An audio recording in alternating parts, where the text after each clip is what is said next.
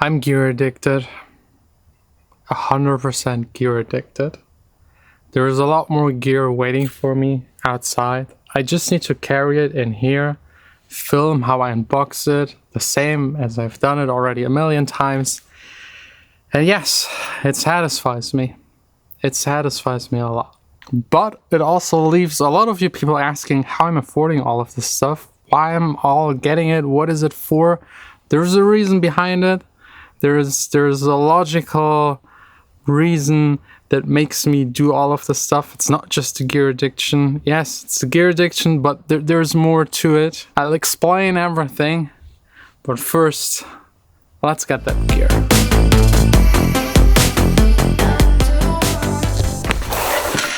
Number 1 and number 2. Wow. Wow. This already looks epic. It's heavy. It's so pretty. That's some high class stuff. Whoa. I mean, just look at that case. Power cable. Okay, that's solid stuff. Let's maybe put this aside for a second.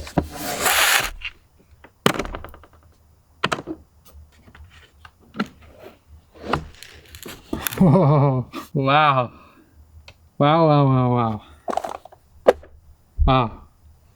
Wow.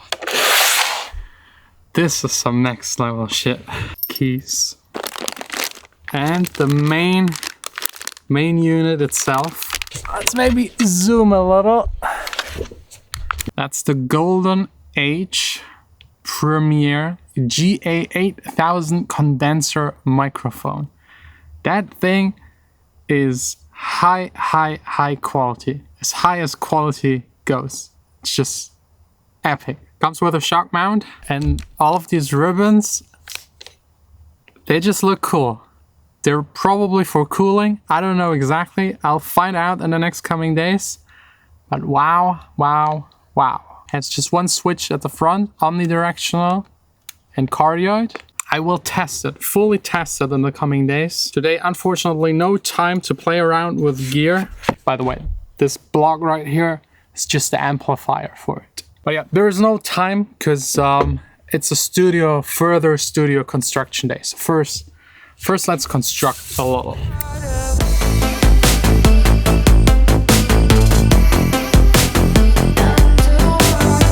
It of course took way longer than expected, but all of the floor LEDs installed, it just looks really amazing. I can change it to any kind of color.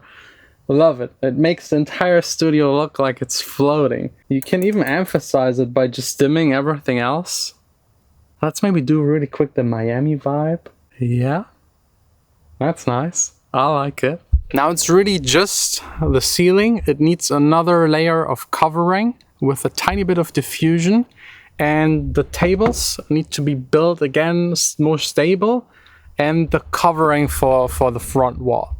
Not sure about that. I mean, yes, I'm sure about it, but it's a little crazy what I want to do with like a projector projecting onto it. We'll see. And I'm even thinking about maybe.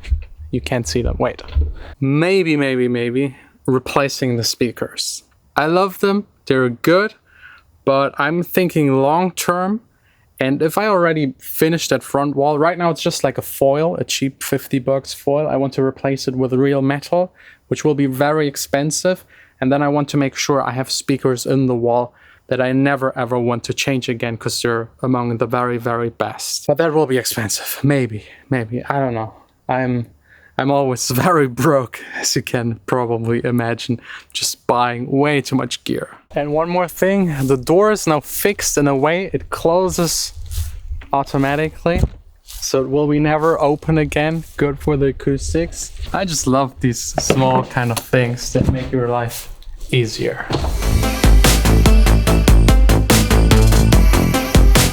Back at my basically second studio, kind of. It was during lockdown, my actual studio. Wasn't too bad actually. But now let's get to the main thing of today's video. people talking about my gear addiction, people telling me I'm so gear addicted, I need to see a doctor. I would say no, I'm not really gear addicted. I'm just like, I'm investing. I own a studio, I run a studio. I need to have certain gear, not necessarily for me, but for people that actually rent the studio. Same also goes for mixing and mastering. Since the lockdown, I started mixing and mastering more for other people. By the way, if you're interested, link down below in the description. And people expect for mastering analog gear. That's just a fact. People even expect certain analog gear.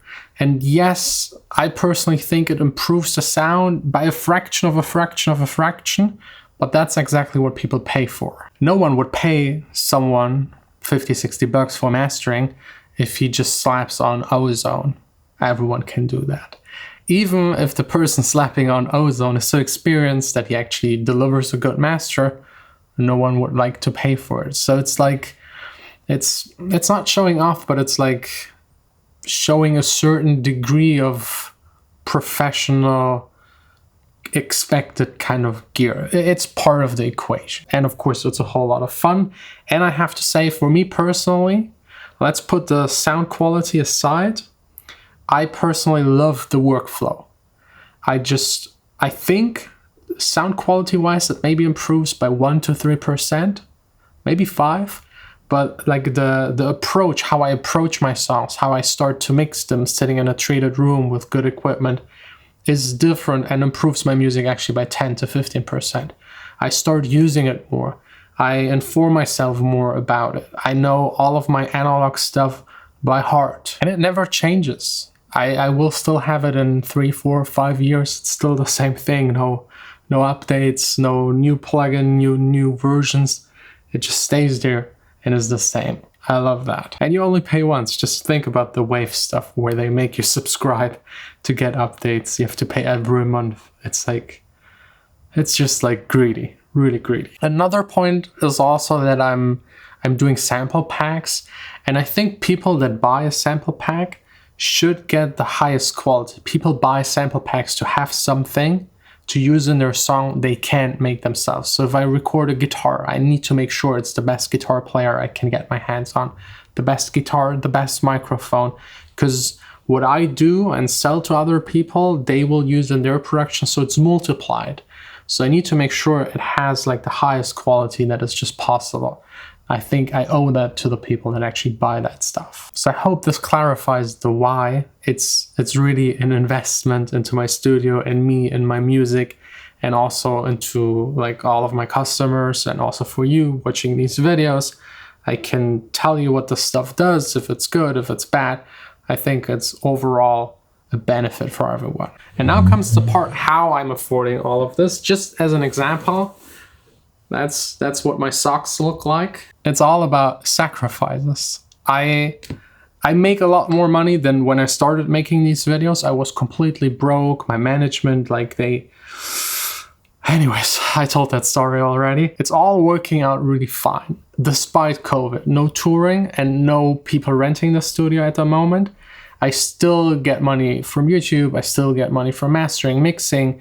I still get money from all of my songs, of course, Spotify, and then all of my very old songs still make money, and all of the songs I used to ghost produce for other people. So all in all, I'm doing really fine. And all of the stuff I make to make money, I actually share here on this vlog. It's no secret. It's all public, available. I talk about it. I share everything. Sometimes I even also make with someone else, like music for advertisement on the side, maybe once a month, like half a day. So all of that is like going on at the same time. I just work a lot, I dedicate a lot. And as you can see by my sock, I don't spend money on anything else. Because the thing is, my work and my hobby and my passion, it's all one. Which is kind of cool, sometimes a little annoying, especially for my surrounding. Vanessa is maybe suffering sometimes a little, but all in all, it's all good, it's all fine. And at the end, I think making music, especially electronic music, is really, I wouldn't say depending on gear and like technology, but it's really rooted in it. Like, it's electronic dance music. It is electronic. It's made with machines. It's made with plugins. So you need a bunch of them, and they can influence your sound. For example, a lot of plugins let you chop up vocals. Everyone chops up vocals. New plugins, Omnisphere, they heavily influence trap music. Like, there's a lot of stuff going on that just helps you to advance and like push it further, do new stuff, and improve on old stuff. Anyways, maybe, just maybe, all of this is just like a bad excuse to buy more stuff. But I enjoy it, and I hope you enjoy it as well. Tomorrow, back to the studio, there is another box waiting for me.